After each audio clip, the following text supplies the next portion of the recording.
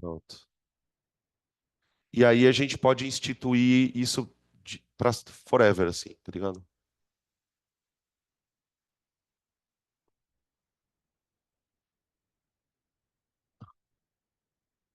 Oxi.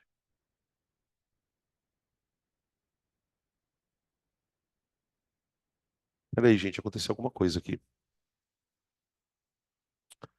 Eu acho que o.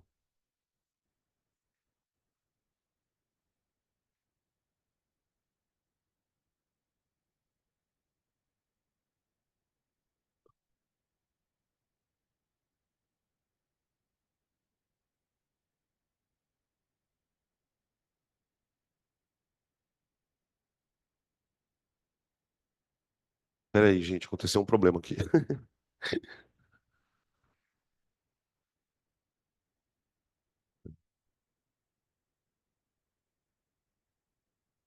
Não, não devia estar acontecendo esse problema.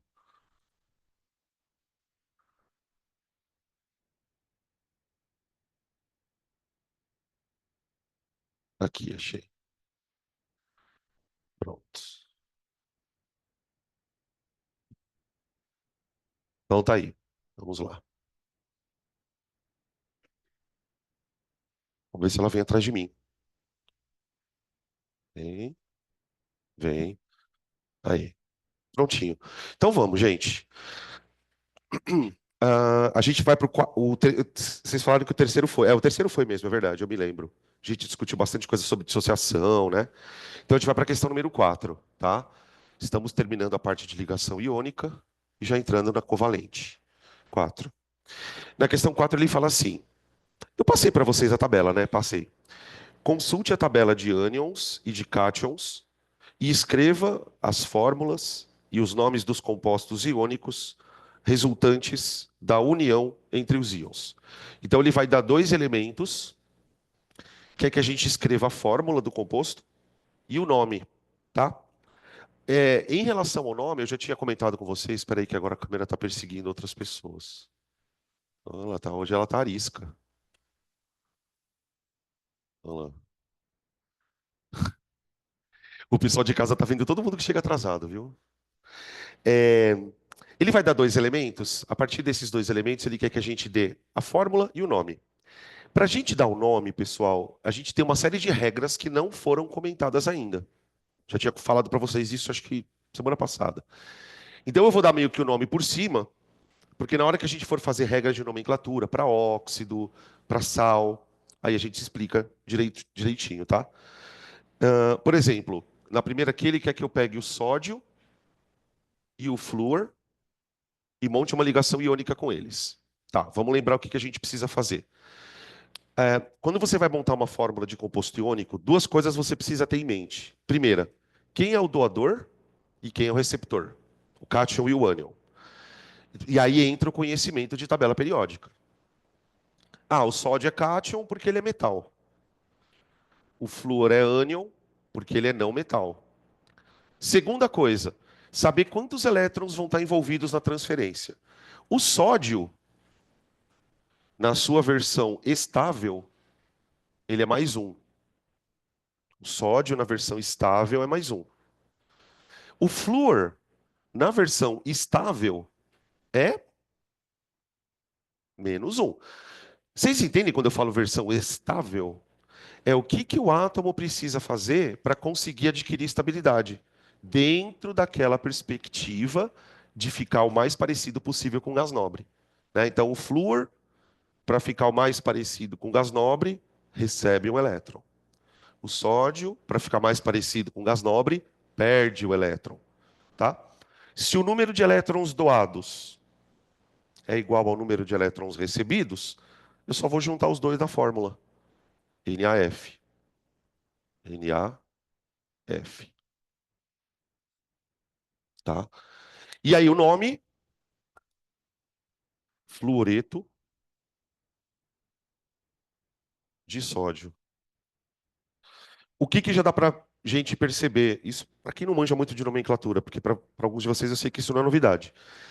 Toda vez que eu vou dar nome para um composto que é iônico, nesse caso aqui a gente tem um sal, né?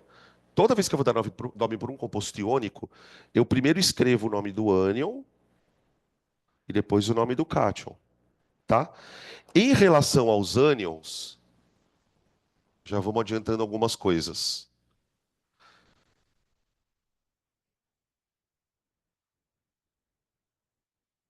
Lembra disso? O que que é isso aqui? Vai começar com aquela história de mosquito teimoso, né? É, eu já vi gente dando risadinha aí. Eu não pus a primeira parte da história ainda. O que que é isso? Isso são as três possíveis terminações de um ânion, do nome de um ânion. Todo ânion, todo negativo, não importa qual a carga dele, ou vai terminar o nome em ato, ou eto, ou ito. Vamos dar exemplos. Em ato, carbonato, sulfato, nitrato. Por que que eu estou colocando isso para vocês assim, dessa forma meio decora, decora, decora? Porque a gente ainda não viu as regras. Então, por enquanto, vai ajudar assim, tá?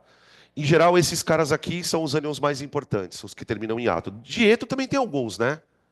Fluoreto, cloreto, brometo, iodeto. E com ito, a gente tem alguns ânions parecidos com os ato. Eu costumo brincar que os ito são primos dos ato. Quer ver um exemplo? De nitrogênio, vamos pegar o enxofre primeiro, vai. De enxofre com o ânion sulfato é o SO4.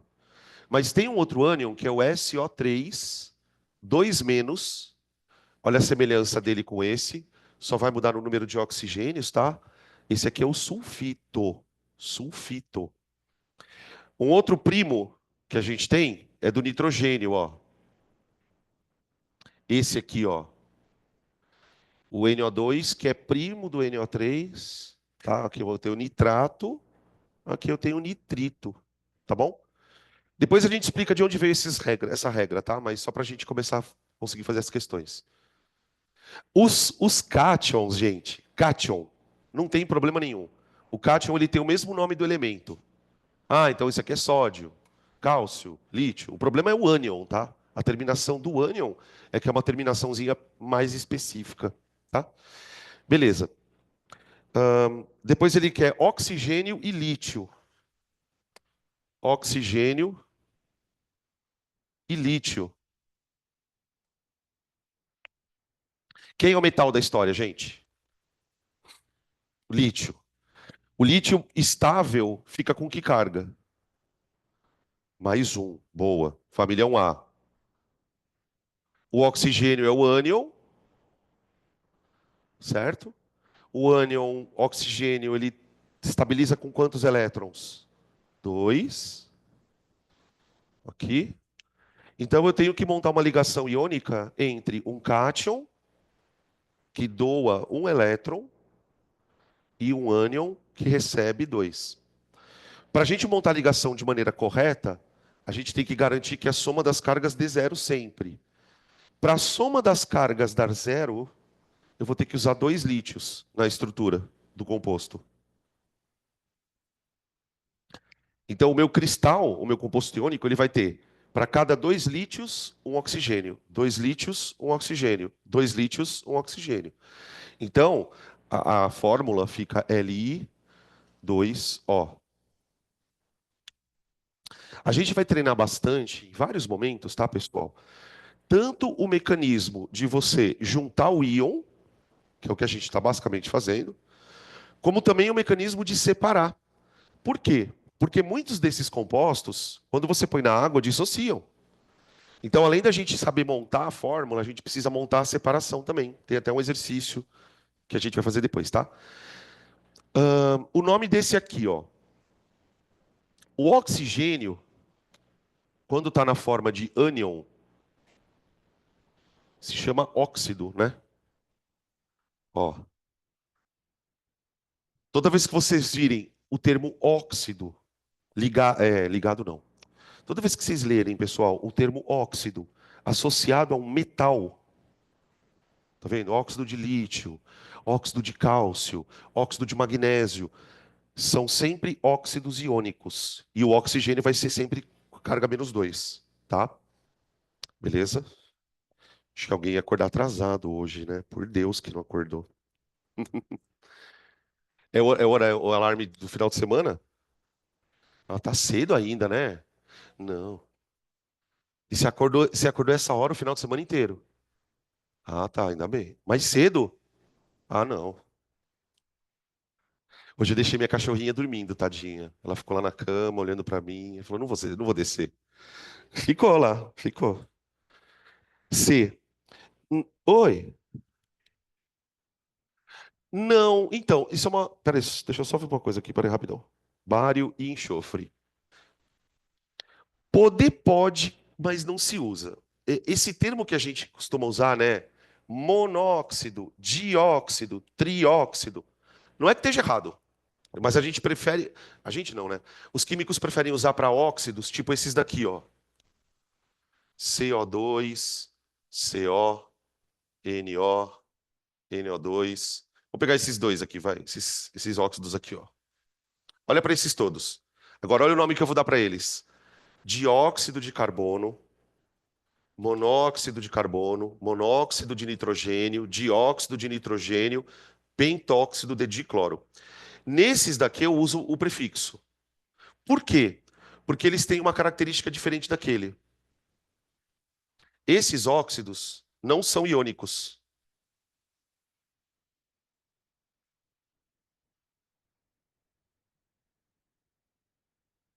Tá, e daí? O que isso quer dizer? Qual que é a padronização que os caras fazem na nomenclatura de óxido? Se o teu óxido for iônico, ou seja, se o cara que está ligado com ele for um metal, você dá o nome óxido de tananã, sem dizer quantos oxigênios tem. Agora, se o óxido for feito por ligação do tipo covalente, porque a gente vai falar daqui a pouco sobre isso, mas eu não sei se vocês vão lembrar, tá? Aqui, ó, essas ligações aqui, gente, são todas covalentes. Não tem nenhuma ligação iônica aqui. Quando o óxido é covalente, aí usa-se os prefixos. É mais uma padronização nesse sentido. O que não significa que se você escrever monóxido de lítio está errado. Não tá. Mas ninguém usa, tá? B já foi. C, alumínio, não, bário e enxofre. Deixa eu só trazer ele mais para cá. Bário e enxofre. Quem que é o metal da parada? O metalzito. É o bário. O bário, gente, é primo do cálcio, do magnésio. São elementos da família 2A. Então vão formar cátion, 2 mais. 2 mais. O enxofre é da mesma família do oxigênio. Sendo da mesma família do oxigênio, ele vai ter a mesma carga do oxigênio. Então, se o oxigênio é -2, para o enxofre, vale a mesma regra. Tá? Esse é o nosso pensamento, sempre buscando alguma coisa para você lembrar a carga. Ou você lembra pela família, tá? Aqui vai dar BAS. Qual o nome da criança? Sulfeto de bário. Bário, tá? Olha o problema, né? Que para quem já estudou nomenclatura já sabe. Eu tenho ânion, né? Ânion. Eu tenho com enxofre o sulfato, eu tenho o sulfeto, que eu podia até ter colocado aqui, ó, nessa grupo do sulfeto, e o sulfito, tá? Então por isso que eu falei, tem regra para dar nome. Ah, mas como que você sabe que a terminação é eto, ato? Isso a gente vai discutir a posteriori, tá? Aí beleza. Depois é alumínio e cloro. Quem que é o metal? Alumínio. O alumínio, gente, é o único metal que tem carga 3 que você precisa lembrar na sua vida, tá? Você tem outros metais com carga 3, tipo ferro, né? Só que o ferro tem o 2 e o 3, tá? Mas com carga 3, só 3, 3, 3, o alumínio é o mais importante, tá?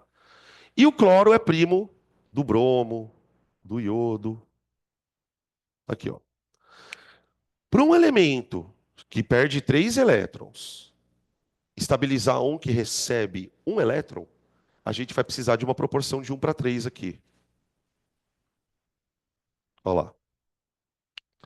Alumínio e cloro vão se combinar na proporção de 1 para 3. Então vai ficar cloreto de alumínio. Tá? A maldade também, né, para quem está tomando contato pela primeira vez dessa forma, assim, com esse assunto, a maldade, entre aspas, na nomenclatura, é que mesmo você lendo o nome, você não consegue identificar pelo nome quantos íons tem cada um deles, né? Eles podiam ter desenvolvido uma técnica de nomenclatura assim, né? Tricloreto de monoalumínio. Podia ser, tá? Mas não é. Aí o outro é alumínio com enxofre. Alumínio e enxofre. Bom, esse aqui, gente, para a gente conseguir acertar a proporção, eu vou ter que não só aumentar o cátion, como também o ânion, tá? E aí entra aquela jogadinha da regrinha do escorregador, né? Deixa eu fazer uma pergunta aqui para vocês, só para a gente sair um pouco desse lugar de regrinha do escorregador. Qual que é o mínimo múltiplo comum entre 2 e 3?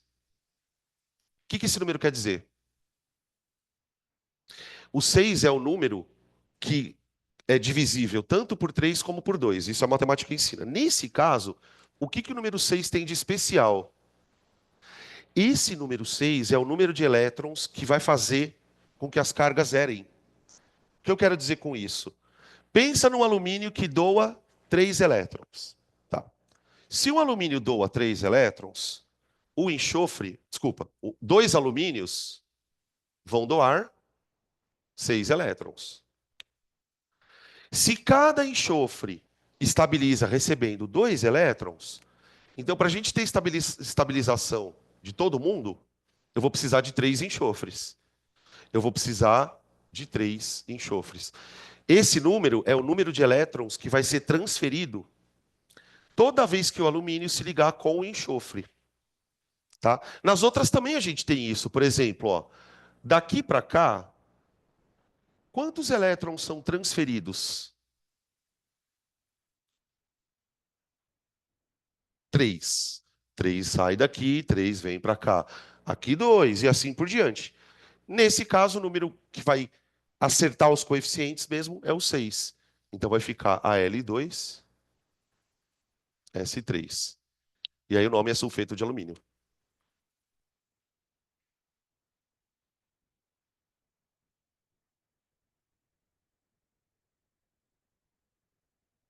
Pronto. Tá bom?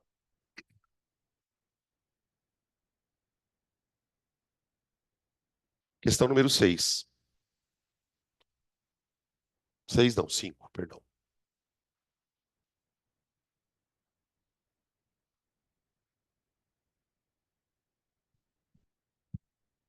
5. Compostos iônicos são formados por interações eletrostáticas. Tudo bem esse termo? Interação eletrostática? Atração. Interações eletrostáticas entre cátions e ânions, dando origem a retículos cristalinos. Tem um desenho de um retículo cristalino aí na figura, que possuem formas geométricas bem definidas. Uma das propriedades desses compostos é a condução de corrente elétrica em água, formada pelo processo de solvatação. Essa é a palavra importante do texto. Essa é a palavra importante do texto. A gente já discutiu isso um pouco, mas isso é uma coisa tão importante que não custa nada discutir de novo. Aí ele continua. As figuras seguintes representam as espécies envolvidas no processo de dissolução do NaCl. Então ele mostra uma bolinha pequenininha, que segundo a legenda é o Na. Uma bolinha maior, segundo a legenda, é o Cl. E as moléculazinhas de água, que ele representou assim, ó. Peraí, deixa eu escrever maior aqui, tá muito pequeno. Ó. Se vocês observarem com atenção, ele escreveu uns símbolozinhos representando os polos da água, tá? Como a molécula de água, ela é polar, ou seja, ela tem algumas regiões que são mais negativas do que outras, a gente representa isso dessa forma aqui, ó. Para um pouquinho aqui que eu quero fazer um comentário. Como que eu sei que na água o oxigênio é o polo negativo? Tá, vamos. Peraí, deixa eu mudar a pergunta. Eu me equivoquei. A pergunta que vem antes é isso. O que significa dizer que o oxigênio é o polo negativo da molécula? Só para constar, eu fiz essa mesma pergunta semana passada. O que significa dizer que o oxigênio é o polo negativo? Os elétrons passam. Ó, tá vendo? É bom motivar vocês, é isso aí. Os elétrons passam. Aqui tem um compartilhamento de elétrons. Só que os elétrons, por algum motivo, passam mais tempo perto do oxigênio. Então, essa região ela fica mais habitada de elétrons por mais tempo. E os hidrogênios não, tá bom? Como que a gente explica, agora sim a pergunta, como que a gente explica o porquê do oxigênio estar com mais elétrons a maior parte do tempo? Qual é a propriedade atômica que explica essa tendência dos elétrons de ficarem para cá? A eletronegatividade. Tá? Então, isso aqui, gente, já é pré-teoria de ligação covalente. Por isso que eu estou insistindo nesse ponto. Muito bem. Agora, o que que acontece quando isso entra em contato com isso? Os íons sódio, eles vão começar a ser envolvidos por moléculas de água. E os íons cloro vão ficar envolvidos por moléculas de água. Essa interação que a água exerce nos íons é a interação íon-dipolo, que eu também falei na semana passada. Eu vou matar vocês se vocês errarem alguma questão de íon-dipolo. E outra, como é que eu posso dizer?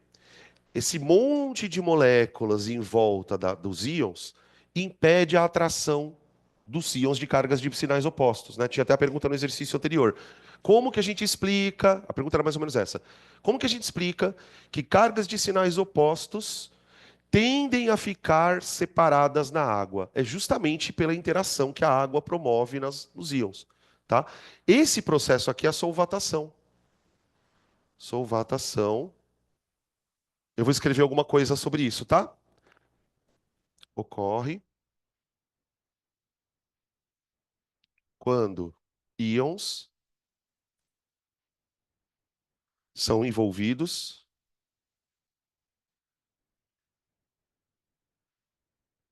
por moléculas de água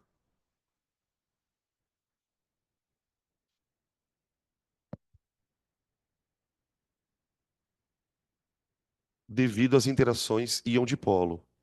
Devido às opa, vixe, interações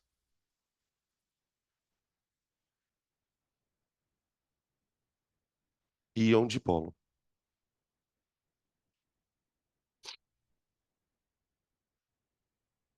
Tá? Existem outras interações que são importantes, que caem pra caramba em vestibular, né? Por exemplo, interação de gordura com detergente, interação de membrana celular com substâncias. Tá? A gente vai falar bastante sobre isso principalmente na parte de ligações covalentes, né? Tá? Beleza? Aí, o que que ele pede na final das contas, gente? Ele pede para a gente procurar nas alternativas, ó, considerando o processo de dissolução ou solvatação do NaCl, qual é o esquema que simplifica a formação da solução aquosa. Tá? Qual é o esquema que simplifica? Olha, o que está melhor representado dentro dessa lógica é a D de dado, tá, gente? É a D de dado. Dá uma olhadinha. Veja se vocês não têm dúvidas em outras figuras. Fala, Sara, pode perguntar. Engraçado, né, você ter perguntado da A, porque na outra turma fizeram a mesma pergunta. O pessoal ficou com dúvida nessa A. O que está errado na A, gente? O problema é que na A ele está representado quatro íons solvatados. Não tem como isso acontecer nunca. Por quê? Porque se você coloca quatro íons solvatados, a repulsão lá dentro fica maior. Para pensar, por exemplo, como que ficariam, né? Por exemplo, ó, imagina quatro ânions, que a figura A ela propõe mais ou menos isso, envolvidos por água. Essa força de repulsão ia ser muito grande. Então essa estrutura provavelmente não conseguiria existir, tá? Por isso que não pode ser a A. Beleza. 6. Essa questão é que a gente vai treinar várias vezes durante o ano, tá? Escreva a equação química que representa o processo de dissociação iônica de cada uma das substâncias a seguir. Caso seja necessário, consulte a tabela de cargas de íons. Tá bom. Item A. O que ele fez no exercício, gente? Ele deu o nome. Peraí, deixa eu só desligar aqui. Coisinha rapidão. Só um minutinho. Pronto. Ele dá o nome de um sal. Aqui, deixa eu ver. Acho que é tudo sal. É tudo sal. E pede para a gente desmontar o sal na água. É isso, tá? Então vamos lá. O primeiro sal é o sulfato de ferro 3. É 3 ou 2? É 3? 2. Ferro 2. Bom, qual que é o raciocínio que você tem que verificar com você se você tem esse domínio? Bom, o ferro é o cátion, tá? É o segundo nome do íon, do composto, perdão. E o sulfato é um dos ânions aqui, ó. Sulfato, ó. Ele tá aqui, ó. Tá? É o íon que tem carga -2. Bom, se o sulfato tem carga -2 e o ferro também, então a fórmula do sulfato de ferro vai ser FeSO4. Tá, ele quer que eu mostre ou represente esse composto se dissolvendo na água. Toda vez que eu vou pegar um composto iônico e colocar ele na água, gente, eu vou representar ele assim, ó. Sólido, setinha. Do outro lado, você já escreve os íons separados para representar isso aqui, ó. Quando a gente escreve os íons separados, pessoal, é porque eles estão nessa configuração, eles já estão dentro da água. Então você vai ter o Fe2 mais aquoso mais SO4 2 menos aquoso. Isso é dissociação iônica, tá? Oi,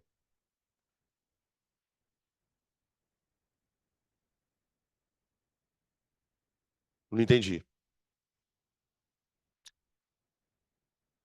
É a fórmula mesmo, a fórmula do sulfato. Não, essa é a merda. O que que a gente faz? Pelo menos eu gosto de ensinar nomenclatura assim.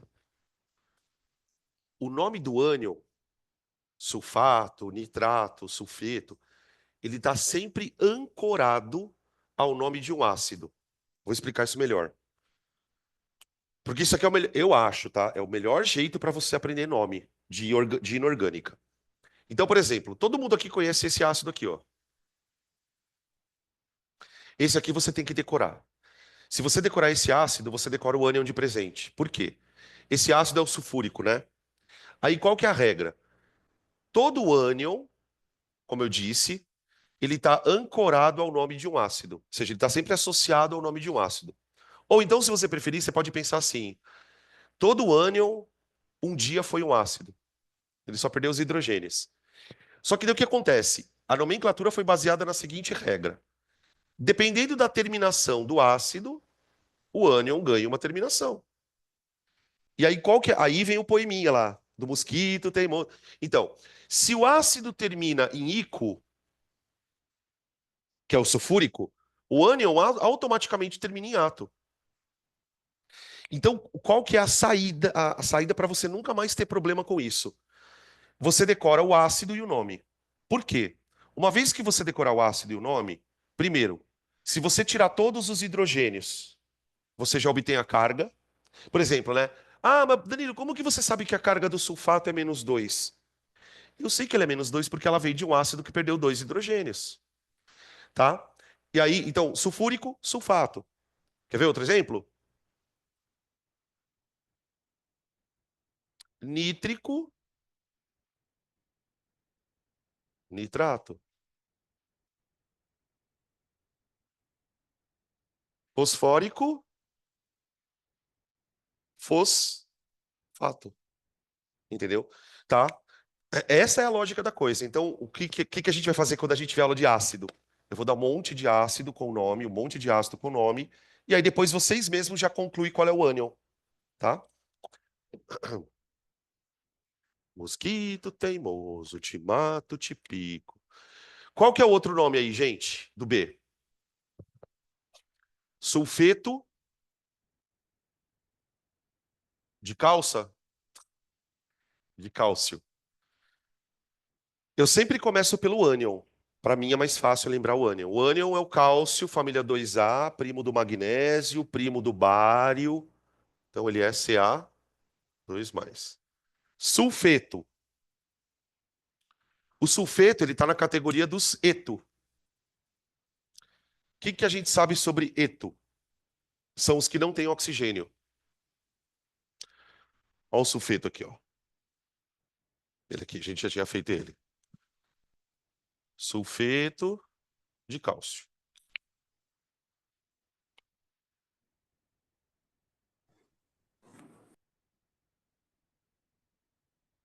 Ó, um detalhe importante. Por que eu insisto em fazer essas coisas? Porque muitas vezes a gente erra coisa boba. Por exemplo, imagina que você tivesse que escrever a dissociação do sulfeto de cálcio. Você sabe a fórmula, CaS. Toma muito cuidado na hora de colocar as cargas, ó. Quer ver uma coisa? Isso aqui tá certo, ó.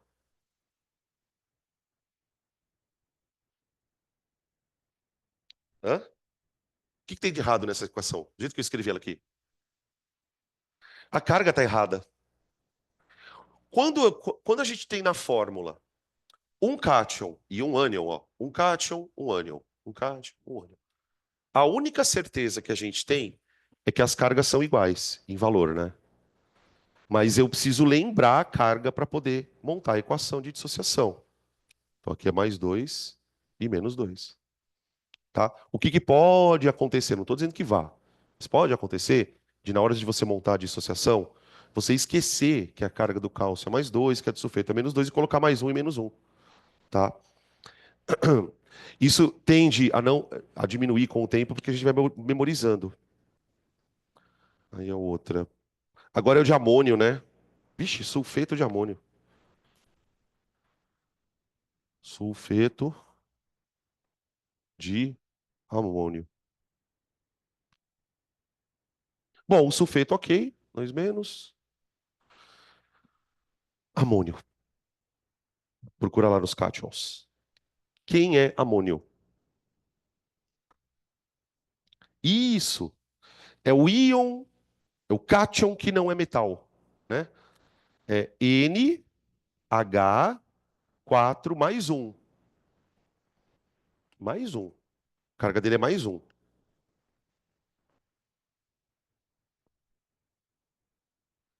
Para que eu consiga equiparar as cargas, eu vou precisar de 2 amônios para um sulfato, para um sulfeto, né? Ó,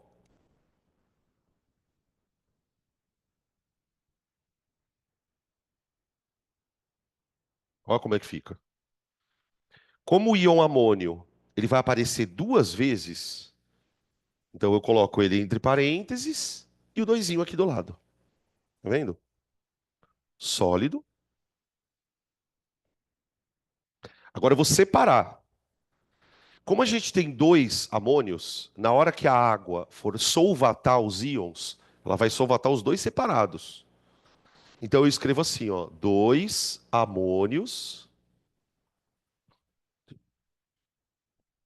Ui, perdão, gente. Assustei. Só para o pessoal conseguir enxergar, tá meio atrapalhando aqui. Ó, dois amônios mais um sulfeto. Um sulfeto. Aqui, ó. Tá? Beleza? Outro nitrato de chumbo 2.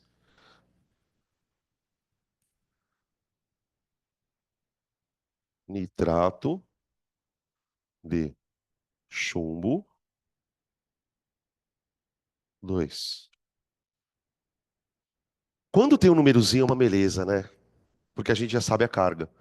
Ô, gente, uma coisa. Toda vez que tem um número, significa que o ânion pode ter duas cargas. O cátion, perdão, né? Ele pode ter duas cargas. Então, por exemplo, observa que na hora de colocar o. Vai pegar o caso B e o C aqui, ó. Sulfato de cálcio. Embora a carga do cálcio seja 2, a gente não escreve o sulfato de cálcio 2. Ah, mas por que que eu escrevo no ferro? Porque o ferro eu sou obrigado a identificar porque ele tem carga dupla. Como que eu vou saber se é o ferro 2 ou 3? Pela numeração. Como que eu vou saber se é o chumbo 2 ou 4? Pela numeração, tá? Então vamos lá. E o nitrato está aqui, ó. O nitrato está aqui, tá? NO3, tá? 2 para 1, então fica, opa, Pb, NO3, 2. Tá aqui, ó. Veja que o procedimento acontece no cátion ou no ânion, ó. Cátion, repetindo duas vezes, ou ânion, repetindo, tá? Ô, gente, o parênteses, ele só é colocado quando o teu cátion ou ânion tem vários átomos juntos, tá? Por exemplo, ó, observa que nessa questão aqui, ó, eu não pus parênteses. Por quê? Porque era um cátion só, era um átomo só e um ânion só, tá? Um átomo só. Aqui vai ficar Pb2 mais, aqui, mais 2NO3. Pronto.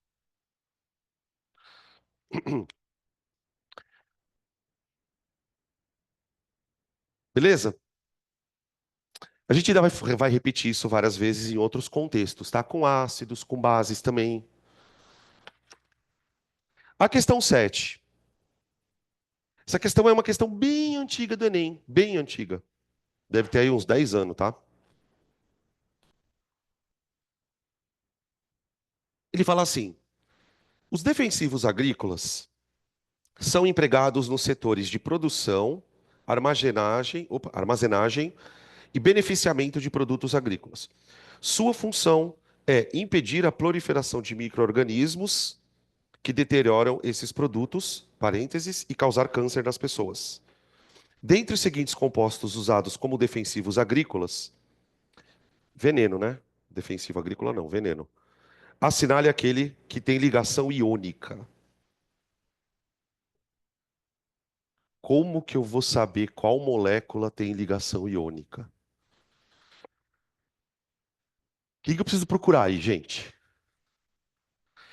Cara, ligação iônica, você pode perceber que ligação iônica, diferentemente de ligação covalente, a gente não representou por tracinhos.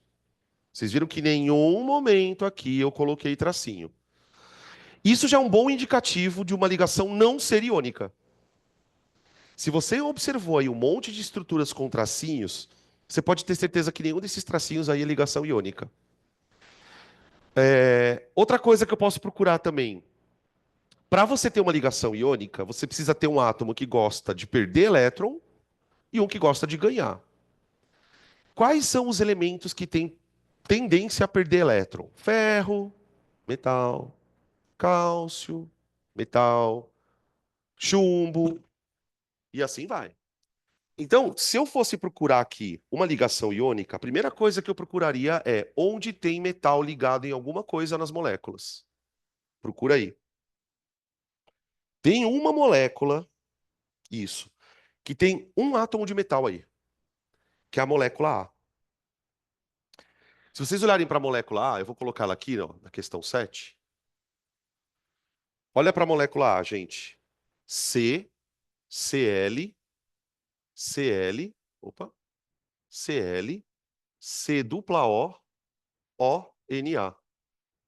Ó, tudo bem? Calma aí que tem uma pergunta aqui ainda.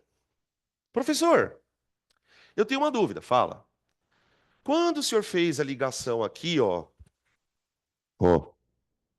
do lítio, o senhor colocou dois lítios ligados no oxigênio, porque o oxigênio é -2, e aí para zerar, eu preciso de dois lítios. Tá tudo bem? Tá bom. Então por que que aqui você não colocou dois sódios? Vocês entenderam a pergunta que eu fiz para mim mesmo? Se a fórmula do lítio com oxigênio é Li2O, a do sódio com oxigênio também deveria ser Na2O. Os caras são da mesma família. Por que que aqui não tem um 2? Porque o oxigênio já está fazendo uma ligação com o carbono. Ele já está sendo semi-satisfeito. Aqui, ó, ele tá. O oxigênio, gente, ele não é assim, ó, 2, 4, 5, 6. O que que pode acontecer com alguns elementos? O elemento, para ele se satisfazer, entre aspas, ele não precisa necessariamente só fazer ligação iônica. Ele pode fazer ligação iônica com o átomo e fazer uma covalente com o outro, que é o que o oxigênio está fazendo aqui, ó.